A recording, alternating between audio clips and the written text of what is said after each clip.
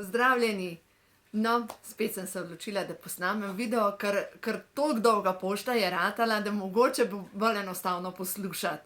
In predvsem pogosto me ljudje sprašujejo, kaj zdaj bom pa prehranska dopolnila mogel jesti do konca življenja.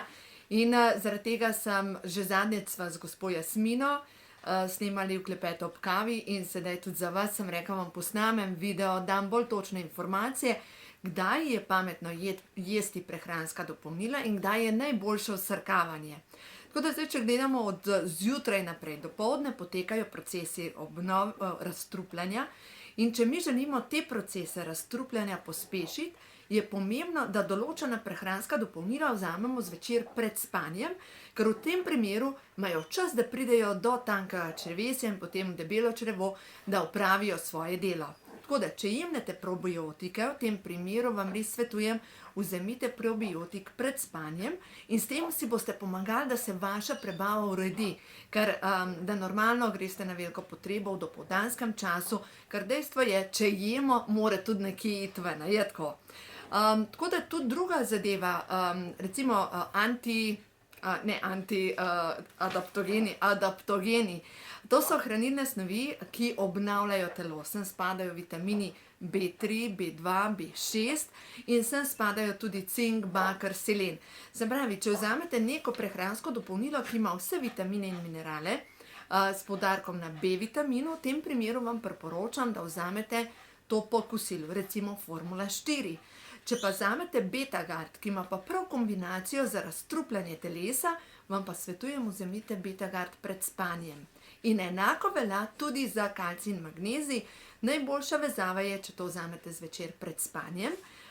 Deluje tudi na srčen ritem na koncev, deluje na to, da vam ne razbija srce. Po drugi strani pa s tem pomagate telesu pri razstrupljanju, ki poteka v dopoldanskem času.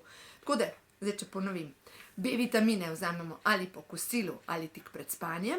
Če pa neko prehransko dopolnilo za razstrupljanje, kot je Betagard, v tem primeru ga vzamemo zvečer pred spanjem, zaradi tega, da v dopoldanskem času lahko pospešimo razstrupljanje.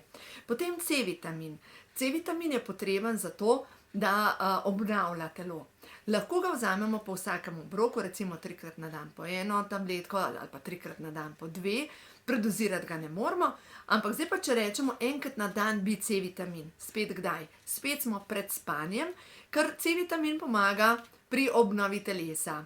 C vitamin je vitamin, ki drži skupaj kolagen, ki vpliva na lepo kožo, na prožne sklepe, na vse to deluje. Zato vam priporočam C vitamin pred spanjem in ne bo vam dal energije, ne se bati, ampak predvsem se boste obnovili in deluje tudi na to, da se med spanjem obnavljate.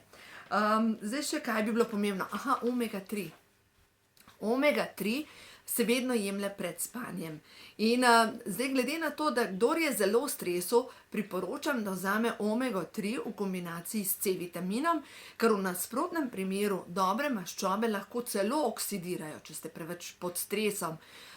Koliko? 1 gram omega 3, recimo v našem primeru omega 3+, to so 3 kapsule zvečer pred spanjem in omega 3 deluje na prožnost sklepov, poleg tega obnavlja možganske celice, deluje na boljšo koncentracijo v dopoldanskem času in predvsem pomaga pri topljenju maščobe na trebuhu, ker je sestavni del hormona DHEA, ki vpliva na to, da se preoblikujete med spanjem. Da pogledam, imam še kakšno tako staro, v bistvu to je v parih besedah to, če imate pa kakšno vprašanje, napišite mail, vprašajte, pošljite mi sporočilo in bom točno vam odgovorila, katere prehranska dopolnila kdaj jemljete, da ni potrebno vse, da goltate, ampak ja, omega 3 je nekaj takega, kar priporočam vsakemu in tudi B vitamin in C vitamin priporočam vsakemu in tudi sama to vsak dan uživam in seveda se pozna na mojem zdravju, na mojem počutju in ne nazadnje tudi na mojem izgledu. Tako da, lep dan!